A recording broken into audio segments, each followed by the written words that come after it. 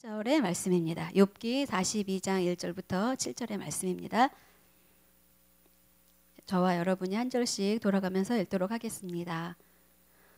욥이 여호와께 대답하여 이르되 주께서는 못하실 일이 없사오며 모든 계획이든지 못 이루실 것이 없는 줄 아오니 무지한 말로 이치를 가리는 자가 누구이니까. 나는 깨닫지도 못한 일을 말하였고 스스로 알 수도 없고 헤아리기도 어려운 일을 말하였나이다.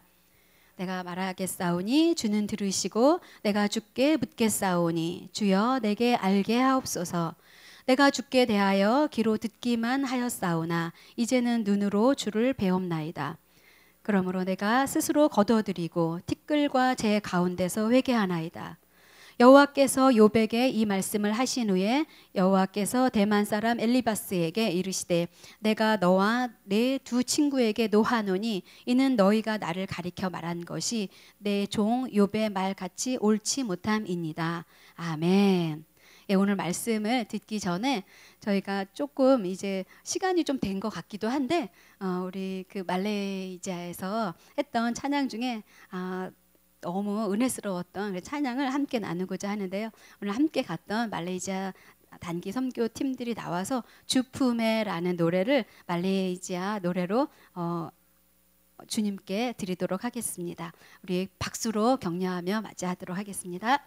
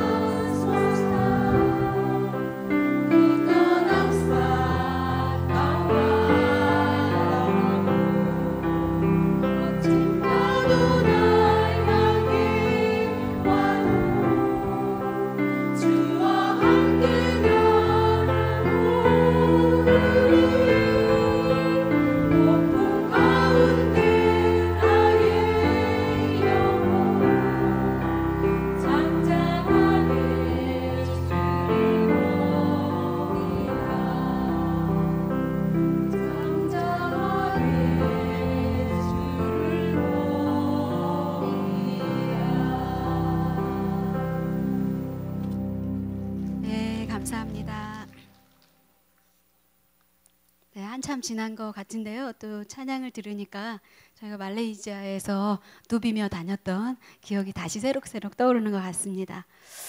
예. 오늘은 그 욥기의 본문을 가지고 욥의 투덜거림, 하나님의 대화가 시작되다라는 제목을 가지고 함께 말씀을 나누겠는데요. 그 욥기의 배경을 보면 욥은 실제 인물입니다. 욥이 그냥 소설 같은 그런 이야기가 아니라 실제 인물이고, 그 실제 인물이라는 것을 증거하는 그 성경의 말씀이 있어요. 그것은 에스겔서 14장의 말씀인데, 그 너희가 누구누구와 같을지라도 내가 내 뜻을 변할 수 없다, 이런 것을 반복하여 이야기를 했는데, 거기에 나온 세 명의 인물이 있습니다. 세 명의 인물이 누구냐면 노아, 다니엘, 욥이라는 세 명의 인물이어서, 노아와 다니엘과 욥이 나한테 다시 온다 할지라도 나는 내 뜻을 돌이키지 않을 것이다, 이런 이야기를 계속해서 반복해서 말씀하고 있습니다. 하나님께서. 이런 걸로 봐서 욥은 실제 인물이구나라는 것을 알 수가 있죠. 그리고 욥은 족장시대의 사람이구나라는 것을 알 수가 있어요. 족장시대가 언제 나오죠? 창세기에 나오죠. 창세기에 나오는데 그 시편 바로 앞에 위치한 이유가 또 있겠죠. 욥이 이 족장시대 사람이라는 증거를 또 어디서 찾을 수가 있는가 보면, 욥이 고난 후에, 고난을 겪은 후에 140년을 더 살았다라고 이렇게 이야기를 해요. 그러니까 한 70세부터 고난을 당했는데, 이렇게 따지고 보면 그럼 한 200년을 더 살았다고 했는데, 평균 수명이 이렇게 길었던 때가 그 노아 있고 나서 뭐 170세, 아브라함이 170세, 그다음에 뭐 야곱은 뭐 130세, 뭐 이렇게 나이를 살았죠. 그리고 요셉은 110세 뭐 이렇게 살았죠. 그래서 그 당시에 나이가 그렇게 많이 살았던 그런 사람들이 족장이었어요. 그래서 족장 시대의 사람이구나라는 것을 우리가 증거를 얻을 수가 있고요. 그리고 이 사람이 부유한 사람이었죠, 욥이. 그런데 그 부유하다라는 것을 어떤 내용으로 얘기를 했냐면, 부유하다, 얼마나 부유했냐면 가축이 몇 마리다, 그리고 뭐 양이 몇 마리다, 소가 몇 마리다, 낙타가 몇 마리다, 이렇게 표기를 했어요. 이런 이야기들도 역시 그 창세기의 족장들이 표현했던 말입니다. 뿐만 아니라 욥은 그 제사장의 역할을 했죠. 왜냐하면 그 1장 5절에 보면 잔치 후에 아들들의 그 숫자대로 잔치가 끝나고 나면 범죄를 했을까봐 번제를 드렸다, 그 숫자대로 번제를 드렸다라는 이야기가 있어요. 그런 걸로 봐서 그 욥이 제사장 역할까지 겸임을 한 걸로 봐서, 이때 이제 아브라함이 어떻게 했죠? 제사를 드렸죠, 족장들이. 그런 걸로 봐서 이제 그 레위 족속이 태어나기 전이니까, 출애굽 전이니까 이것이 족장 시대구나라는 것을 또 우리가 알 수가 있죠. 그리고 그 원어로 하나님을 사다이라는 표현을 쓰는데, 그 사다이라는 표현은 족장 시대에만 썼던 하나님에 대한 표현입니다. 그런 걸로 봐서 실제 인물이고, 그리고 족장 시대의 인물이고, 그리고 실제 이 성경이 기록된 사실이 사실이라는 것을 우리가 알게 됩니다. 그러면 맨 마지막 구절이기 때문에 제가 말하려는 이 본문 내용이, 오늘 나누려는 말씀이 맨 마지막 구절이기 때문에 어떻게 해서 이 욥의 이 고백이 나와 있을까라는 것을 우리가 한번 살펴볼 필요가 있는 것 같습니다. 그래서 이 구성이 어떻게 되어 있는지, 이 이야기가 어떻게 해서 나오게 됐는지를 좀 살펴볼 필요가 있죠. 그래서 1장을 보면 1장에는 하나님의 회의가 나와요. 천상회의. 근데 거기에 천사들도 오고 사단도 거기 왔다. 그런데 그 회의에서 어떤 걸 결정했냐면, 이제 하나님이 우리 욥이 이렇게 정직하고 의인이고, 그리고 그는 정말 내 앞에서 악을 떠난 사람이다, 악이 근처에도 가지 못하는 그런 사람이다 라고 자랑을 하니까, 사단이 뭐라고 그러냐면, 많은 것을 복으로 주셨기 때문에 그가 하나님을 경외하는 거지 그냥 그렇게 하는 것이 아닙니다. 만약에 그가 이런 것 저런 것이 다 없다고 한다면 분명히 하나님을 떠날 것입니다, 이렇게 하는 거예요. 그래? 그러면 정말인가 하면서 이제 그 이야기 때문에 고난이 시작이 되는 거죠. 그러니까 욥의 고난은 그가 의로웠기 때문에 고난이 시작되는 것을 볼 수가 있어요. 그러면서 이제 4장부터 26장까지는 나는 이제 고난이 시작이 되니까 변론을 하게 돼. 나는 이렇게 고난을 받을 사람이 아니다. 내가 잘못한 것이 하나도 없다라고 이제 자기의 결백함을 이제 주장을 하죠. 그리고 그 뒤에도 혼자 이제 결백을 주장하고 홀로 그렇게 막 하다가 보니까 이 말빨이 안 먹히니까 이제 엘리후라는 사람이 등장을 하죠. 32장부터. 그래서 37장까지 이제 엘리후가 너도 틀리고 너도 틀렸다. 네가 어떻게 그렇게 의로울 수가 있느냐라고 하면서 이제 하나님의 입장에서 하나님의 주권을 이야기를 하게 되죠. 연설이 시작되면. 그리고 38장부터는 하나님이 실제로 등장을 하고 그다음에 이제 거기에서 40장, 42장에 보면 욥이 이제 자기 자신을 회개하면서 돌이키는, 그래서 정말로 하나님과의 대화가 진짜로 시작되는 그런 것들을 볼 수가 있습니다. 그렇기 때문에 이 욥기를 보면 참 그 3장부터 쭉 이어지는 그 38장 전까지 이어지는 내용을 보면 정말 답답하고 그만 읽고 싶고 성경을 덮고 싶고 막 이런 생각이 듭니다. 어떻게 그렇게 의인이고 정직하고 그리고 하나님을 경외하고 그리고 그것도 하나님이 인정하는 사람인데 어떻게 왜 행복이 와야 하는데 하나님 앞에서 지켜야 될 모든 것을 다 지켰는데 왜 고통이 오나, 그런 생각을 하면 우리가 아무리 의롭고 정직하고 열심히 살아도 행복은 오지 않는구나 라는 생각을 하게 되고 하나님이 너무나 생뚱맞다라는 그런 생각을 하게 됩니다. 그런데도 이상하게 이 모든 것을 통하여 하나님께서는 나중에 보면 해답을 주지 않아요. 네가 그때 이렇게 했는데 내가 이렇게 해서 이렇게 된 것이다 라는 해답을 주지 않아요. 그냥 고통을 통해서 이 모든 과정을 다 겪게 하시고 그리고 스스로 모든 것들 설명한 다음에 욥이 스스로 알게 하고 깨닫게 하고 그리고 정말 하나님의 복이 무엇인지 그리고 정말 하나님의 지혜가 무엇인지 그리고 하나님의 능력이 무엇인지를 그냥 보여주시고 그 다음에 거기에서 하나님과 이제 정말 친밀한 관계가 회복되는 것을 볼 수가 있습니다. 그래서 우리가 교회에서 열심히 그렇게 일하는 사람들을 보면 그리고 스스로도 정직하고 의롭다고 생각하는 사람들을 보면 왠지 욥이 생각나서 제 마음이 위태위태합니다. 본인이 저렇게 의롭다고 생각하는데 일을 어쩌지? 본인이 모든 것을 다 했다고 생각하는데 일을 어쩌나? 라는 생각이 들면서 곧 하나님께서 조각칼을 드시겠구나, 하나님이 정말 섬세하게 이제 다루시겠구나 이런 생각이 들어서 너무나 완벽하게 너무나 모든 것을 정직하게 너무나 의롭게 본인이 그렇게 했다라고 그렇게 주장하는 사람들은 누구도 얘기를 할 수가 없죠. 그냥 둬야 돼요. 옆에 그냥 두시고 스스로 하나님이 뭔가 일을 시작하실 때까지 우리가 기다려야만이 되는 거죠. 그런데 여기서 우리가 좀 생각해야 될 부분이 있는데 욥이 왜 그렇게 투덜거렸을까요? 욥이 왜 그렇게 투덜거렸을까요? 욥이 계속해서 4장부터 그 26장까지 계속해서 한 이야기가 나는 정직하다, 나는 의롭다라고 했어요. 그리고 그렇게 했을 때 욥의 생각은 다른 것이 아니라 나는 의롭기 때문에 당연히 하나님으로부터 사랑을 받는 거다. 나는 정직하기 때문에 하나님이 나에게 복을 주시는 거다. 나는 하나님을 경외하기 때문에 하나님이 나에게 이러한 여러 가지 부유함을 풍요로움을 나한테 허락해 주셨다라는 생각을 가지고 있었던 거죠. 왜냐하면 하나님께 따지고 드니까 내가 이렇게 했는데 주님은 그 결과가 왜 이렇게 안 좋습니까? 이렇게 얘기하니까. 그래서 잘 이 욥기를 살펴보면 결국은 욥이 이렇게 생각했다라는 것을 우리가 알게 돼요.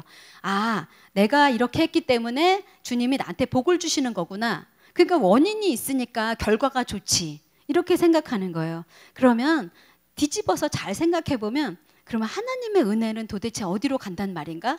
어디로 스며든단 말인가? 그런 생각을 이제 우리가 하게 되는 거죠. 그래서 우리가 이거를 좀 잘 살펴봐야지 되는 것 같아요. 여러분, 사실은 우리도 그런 생각을 하죠. 사실은 우리도 제가 유난히 그런 사람 중에 하나였는데 예전에 제가 하나님을 알고 예수님을 알고 주님이 나의 주님이라 고백하고 나서 어떤 일이 있었냐면 제가 늘 무슨 일이 있어서 저희 집안이 이제 교회를 다 안 다니시고 안 믿었을 때 저희 가족들이 놀러 다니는 걸 너무 좋아하셔서 무조건 토요일만 되면 이제 어디로 가는 거예요. 토요일 오후만 되면. 그래서 저는 혼자 교회를 오는 거죠. 그런데 그 유혹을 견디기가 너무 힘들었어요. 저희 가족들이 그 친밀감이 너무 강해서. 그래서 이제 그 끌려가는 거죠, 놀러. 그러고 나면 정말 마음이 힘든 거예요.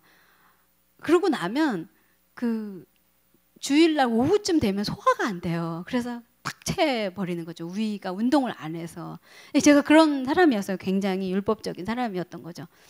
그래서 그렇게 해서 제가 주님이 원하시는 일은 절대 해서는 안 되는구나. 그리고 내가 생각하기에 판단하기에 주님이 정직하게 생각하지 않는 것, 그리고 의롭다고 생각하지 않는 이런 모든 불의한 일은 절대 해서는 안 되는구나. 내가 하나님의 자녀이기 때문에 그렇게 살면 안 되는구나. 이렇게 생각을 하기 시작했어요. 그래서 그것이 만약에 아니라고 하면 굉장히 제 몸을 학대하고, 제가 그렇기 때문에 금식을 또 늘 그렇게 결정을 했어요. 금식해야 되겠다. 이 죄가 회복될 때까지 금식을 해야 되겠다. 이런 생각을 늘 했었던 거죠. 제가 늘 그렇게 했어요.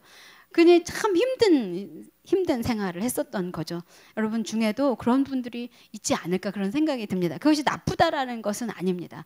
그래서 주님이 나의 모든 것들 중에 조금도 견딜 수 없는 분이 하나님이라고 저는 그렇게 생각을 했었던 거죠. 그리고 뿐만 아니라 저도 또한 그 원인이 있으면 결과가 있다. 신앙생활도 그렇다라고 이렇게 생각을 했던 거죠.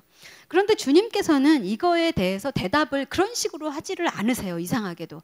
네가 이렇게 했기 때문에 이렇게 될 것이다라고 생각을 하지 않으시고, 그냥 그 친구들이 그 대화를 계속 하는 가운데 계속 고통받게 하시고, 그리고 그 고통은 점점 커지고 심해지고, 그리고 육체적인 고통뿐만 아니라 내 아주 영혼의 깊은 곳까지, 그래서 영적인 부분까지도 아주 상하도록 그렇게 내버려 두시는 것을 볼 수가 있습니다. 그런데 하나님께서는 우리가 의롭다고 한다라고 한다면, 우리가 그렇게 고백하는 사람이라고 한다면, 나 자신이 완벽한다고 생각한다고 한다면, 하나님은 우리를 깨기를 원하시는 거죠. 우리를 깨서 다시 새롭게 우리를 만들어 가시는 것 같아요.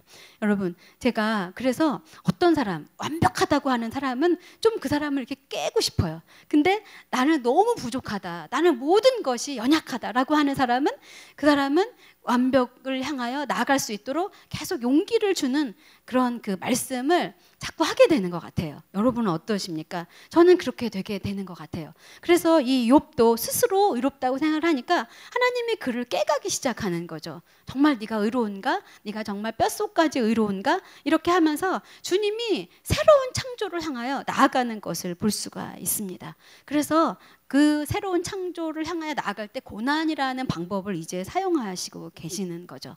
예. 그래서 주님도 땅에서 이제 그 고난을 받아서 그 고난을 짊어지고 이제 그 십자가에 못 박혀 죽으시고, 그리고 그것을 통하여 우리로 그 완벽을 향하여 나아갈 수 있도록 이렇게 우리에게 주셨다라고 하는 거죠. 그러니까 주님이 우리에게 알려주시고자 하는 것은, 네가 예수 그리스도를 고백했을 때 이제 너의 신분은 다른 신분이 아니라, 네가 계속해서 노력해서 변화되는 그런 신분이 아니라 네 속에 그런 영적인 신분, 예수 그리스도의 신분이 네 안에 들어있는 것이다 라는 것을 우리에게 알려주시고, 그리고 그 영적인 예수 그리스도의 자녀의 신분을 계속해서 고백할 수 있도록 우리를 만들어주시는 것입니다. 그것이 믿음이 아닐까 이런 생각이 듭니다. 그래서 우리가 우리 자신을 통하여 우리의 의로움을 계속해서 우리가 발견해 나가는 것이 아니라, 우리의 허물을 자꾸 발견하고 우리의 허물을 통하여 그 완전한 실체이신 예수 그리스도가 드러나게 하는 것, 그것이 바로 주님이 우리에게 이 욥기와 고난을 통하여 말씀하시고자 하는 부분이 아닌가 그런 생각이 듭니다.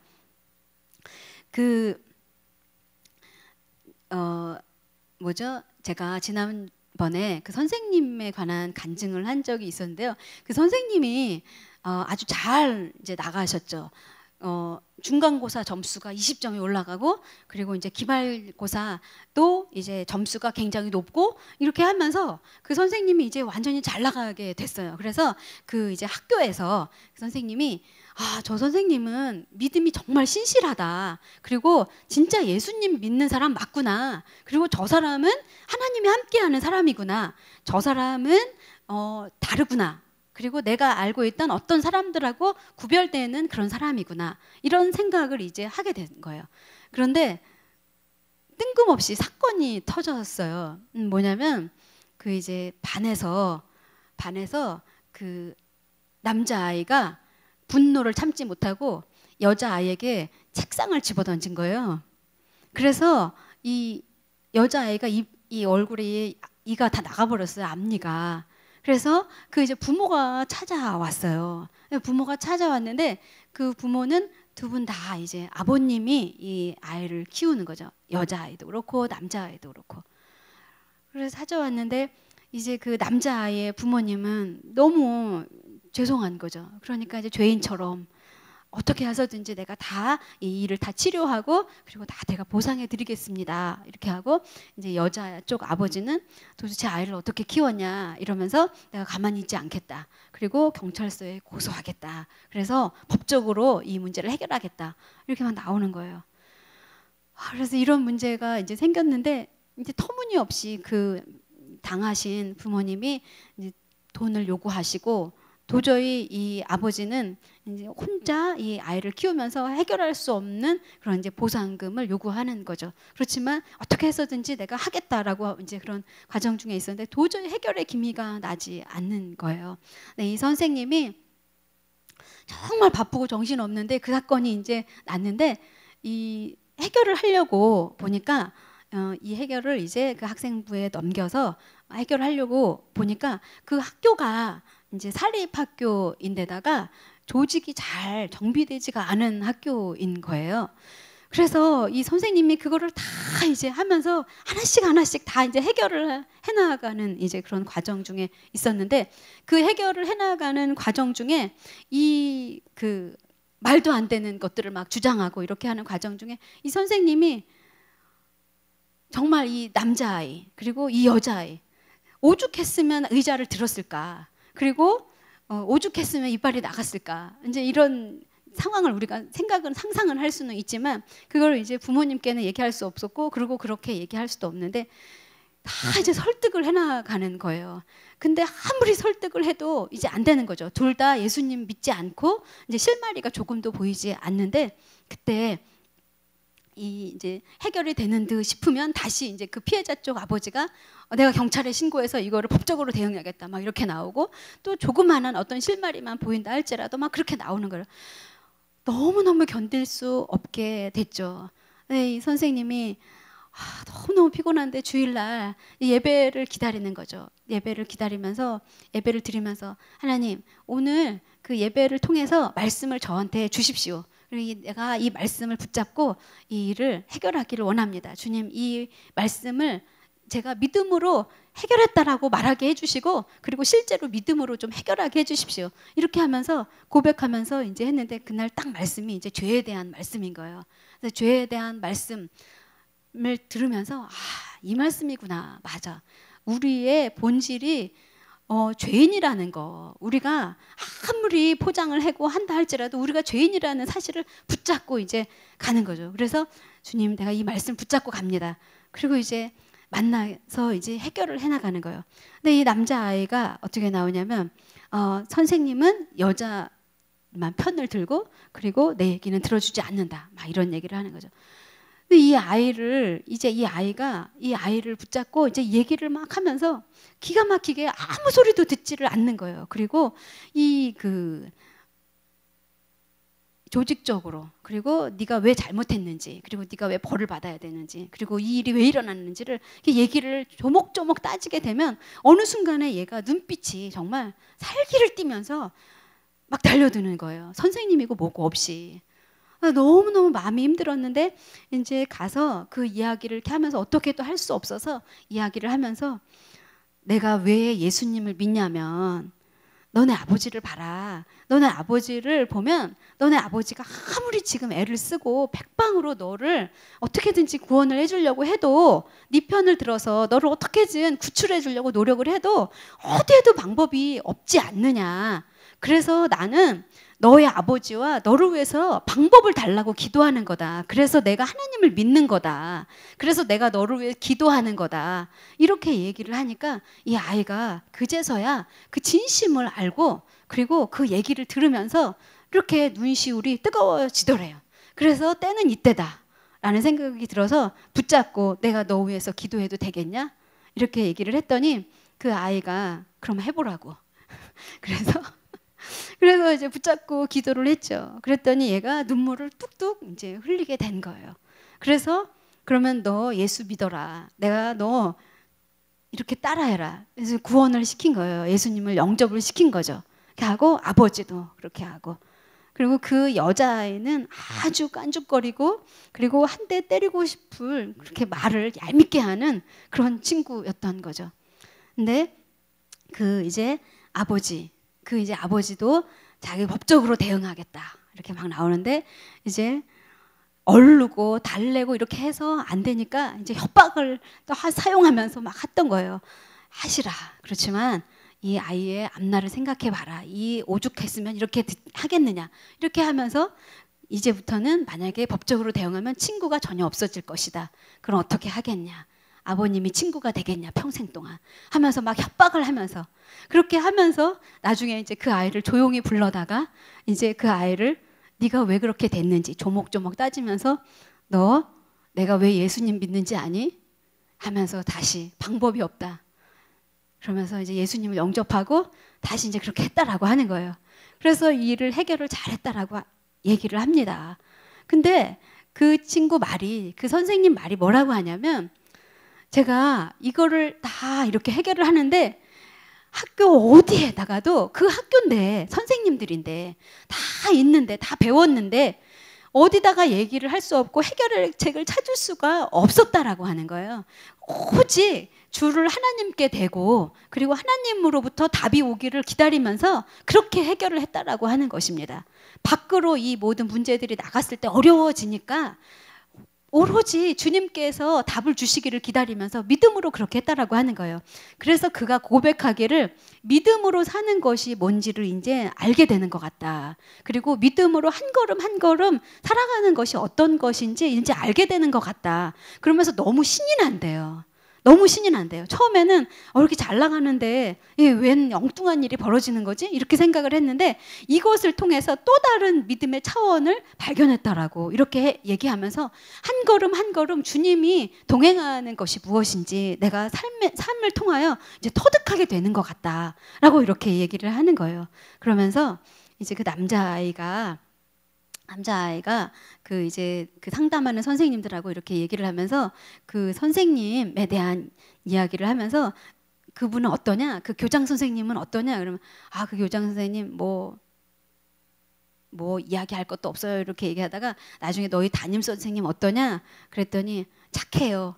그거 다야? 그랬더니 목사님이에요. 이렇게 얘기를 했다라고 해요. 네. 그래서 이 그 고난이라는 것은 믿는 사람들에게 그리고 우리들에게 징검다리와 같은 거죠.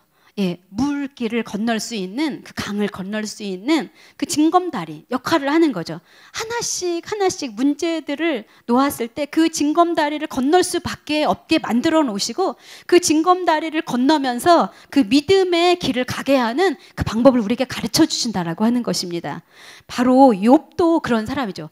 욥도 이 고난을 통하여 다른 차원으로 들어가게 되는 것을 볼 수가 있습니다. 그래서 우리는 이 고난을 통하여 무엇을 봐야 되냐면 우리 안에 심겨놓으신 예수 그리스도 그분을 봐야 되고 그리고 그분과 동행하는 방법을 배워나가야 되는 거예요. 우리를 둘러싸고 있는 수없이 많은 이 거죽을 하나씩 내려놓고 이 안에 있는 실체 그리스도의 실체를 붙잡고 나아가는 법을 배워야 된다라고 하는 거예요. 이 친구들이 와서 이런 말을 굉장히 많이 했죠.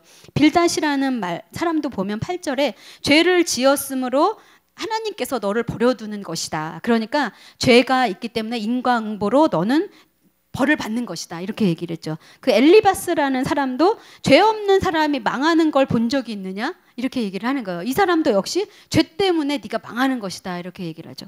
우리 주변에는 예수님을 잘 믿는데도 망하는 사람 굉장히 많아요. 예수를 잘 믿는데도 뭔가 이 실타래가 풀어지지 않는 그런 사람들 굉장히 많습니다. 그리고 뿐만 아니라 성공한 사람들 중에서도 안 믿는 사람들이 굉장히 많아요. 사회에 그런 유튜브 같은 데 보면 성공했다라고 하면서 버젓하게 나오는 그런 사람들 중에 안 믿는 사람들이 굉장히 태반입니다. 우리가 이런 것들을 가지고 결과물들을 가지고 우리가 예수를 잘 믿었다. 그리고 결과가 이렇게 나왔다라고 얘기를 절대 할 수 없다라고 하는 것입니다. 그런데 주님께서는 기가 막히게 어떻게 하시냐면 하나님은 원인도 없고 아무것도 없는 곳에서 빛을 창조하시고 생명체를 만들어 가시는 하나님이십니다. 하나님은 또 우리와 생각이 전혀 다른 것을 볼 수가 있죠. 하나님은 우리처럼 문둥병자 그리고 아무것도 일어날 수 없고 누구의 도움이 아니면 일어날 수 없는 그 38년 된 병자와 같은 그런 사람들을 그냥 일으켜 세우시죠. 말씀으로. 하나님은 그런 하나님이십니다. 그래서 하나님은 아무것도 원인을 찾을 수 없는 어떤 의도 찾을 수 없는 가운데서 하나님은 구원을 베풀어 가시는 하나님이시죠. 여러분 그 하나님이 우리 곁에 계시다는 사실을 믿으시기를 바랍니다. 그 하나님을 믿으시기를 바랍니다. 제가 어제 오늘은 참 힘들었어요. 왜 그렇게 힘든지는 모르겠는데 너무 힘든 생각이 들더라고요. 호르몬의 변화 같아요. 아무래도 갱년기 같아요. 너무 우울하고 기분이 다운이 되면서 막 먹어도 맛있지도 않고 그리고 자꾸 마음이 허하고 막 이런 생각이 드는 거예요. 나는 너무 우울합니다. 이 감정이 조절이 안 돼요, 제가. 근데 누구에게 표현을 할 수가 없습니다. 주님, 인생이 이렇게 쭉 가는 것인가요? 만약에 이렇게 쭉 가는 것이라면 저는 빨리 마감하고 싶습니다. 이렇게 주님께 말을 했어요. 그랬더니 주님께서 그러면서 제가 주님, 제가 어제도 말했죠. 오늘도 제가 주님께 말하는데 이게 완벽하게 회복이 안 되는 것 같아요, 주님. 그렇게 제가 기도를 했어요. 그렇게 기도를 하는데 주님이 저한테 무슨 얘기를 하냐면 이렇게 얘기를 하다 저한테만 하는 얘기예요. 이건 공통된 게 아니라 어디 가서 얘기하지 마세요. 아브라함이 몇 살에 부름을 받았냐? 아브라함이 몇 살에 부름 받았죠? 70살에 부름 받아서 이제 갈대아 우르에서 이렇게 나오게 됐죠. 떠나라 해서 이제 가게 됐고 야곱은 몇 살에 바로 앞에 섰지? 130세에 바로 앞에 서서 나그네 세월을 살았습니다. 험악한 세월 살았습니다. 그러면서 이제 진짜 간증을 하게 됐지? 그럼 모세는 몇 살에 부름 받았지? 80세에 광야에서 부름 받았습니다. 그럼 넌 몇 살이지? 이렇게 주님이 저한테 물어보시는 거예요. 진짜 인생은 머리가 허열 때 시작되는 거야. 저한테 그래서 그러면 주님 갱년기부터 시작이 되는 건가요? 하면서 제가 아무것도 이 잡을 만한 것이 없을 때 그렇게 시작이 되는 것인가? 라는 생각이 들면서 참 제가 고집이 참 세구나. 정말 이기적인 사람이고 내중심적인 사람이구나. 내가 모든 것이 팔팔할 때 모든 것을 다 내려놓고 주님 붙잡았으면 지금보다 더 잘 나갔을 텐데. 주님이 더 마음 놓고 나한테 이랬을 텐데. 이런 생각이 들었어요. 근데 그런 거 다 내려놓고 주님 너무 감사합니다. 라는 생각이 들면서 주님이 또 말씀해 주셨어요. 예레미야 33장 1절부터 3절. 예레미야가 뜰에 갇혀 있을 때에 아무것도 할 수 없을 때 갇혀 있을 때에 주님께서 예레미야에게 나는 일을 이루는 여호와 그것을 지어 성취하는 여호와다. 그러니 너는 부르짖어라. 내가 너에게 응답할 것이다. 라고 이렇게 이야기합니다. 그래서 예레미야의 기도대로 되는 것을 볼 수가 있습니다. 여러분 이 모든 고난을 겪은 욥이 나중에 어떻게 되죠? 욥이 나중에 이렇게 얘기하는 거예요. 너 정말 대답해. 허리를 묶고 정말 너 사내답게 내 앞에서 말해봐. 이렇게 얘기를 하니까 하나님 잘못했어요. 주님의 지혜를 내가 몰랐어요. 내가 이제 말을 너무 많이 했는데 입을 막아버려야겠어요. 이렇게 고백을 하죠. 40장에. 42장에는 주님, 제가 주님의 말을 너무나 흐렸습니다. 주님, 내가 정말 주님을 이제 알게 됐습니다. 내가 주님께 완전히 항복입니다. 내가 완전히 항복할 때 거기 주님의 거룩이 있는 것입니다. 여러분 아직도 항복 안 했다면 항복하시길 바랍니다. 여러분 그 깊은 우울, 그걸 아직도 경험을 못 하셨다면 그 영광의 우울함을 경험하시길 바랍니다. 거기 완전히 나를 내려놓은 자리, 정말 나는 볼품이 없군요. 나는 정말 폐품이군요. 나는 정말 내가 생각해봐야 쓸만한 것이 아무것도 없군요. 라고 그렇게 한 번도 고백해 본 적이 없다라고 한다면 여러분은 아직 거룩에 다가가지 못했습니다. 여러분 그 거룩에 다가가시길 바랍니다. 그 거룩에 다가가시길 바랍니다. 이것이 하늘의 풍요함을 경험하게 되는 방법이죠. 그래서 여기서 욥이 어떻게 됐냐면 하나님이 2배로 복을 주세요. 모든 것에 2배로 복을 주시고 예쁜 딸을 주시고 그리고 그 세 딸은 더 아름답다라고 이렇게 얘기를 해주시죠. 하나님께서 우리가 생각하는 것처럼 그렇게 물질적인 축복에 집중하시는 하나님이십니까? 저는 그런 하나님이 아니라고 생각합니다. 금방 쓰러지고 없어질 그런 것들을 축복이라고 생각하는 하나님이 아니라고 생각합니다. 하나님은 영원한 복, 영원한 축복, 그 기름진 축복을 우리에게 주시기를 원하시고 그것은 바로 아까 그 선생님이 걸어갔던 그 믿음의 길, 다른 차원으로 사는 법을 이제 욥에게 가르쳐 준 것이. 그래서 이제는 욥에게 이제 하나님과 진짜 대화할 수 있는 그 친밀함을 회복해 주시는 그 계기를 마련해 준 것이 아닌가 이런 생각이 듭니다. 여러분 그렇게 사시는 여러분이 되시길 바랍니다. 그렇게 하늘 문을 여는 여러분이 되시길 바랍니다. 우리 이 시간 임재 찬양하면서 우리 시간 같이 기도하면서 나아가도록 하겠습니다.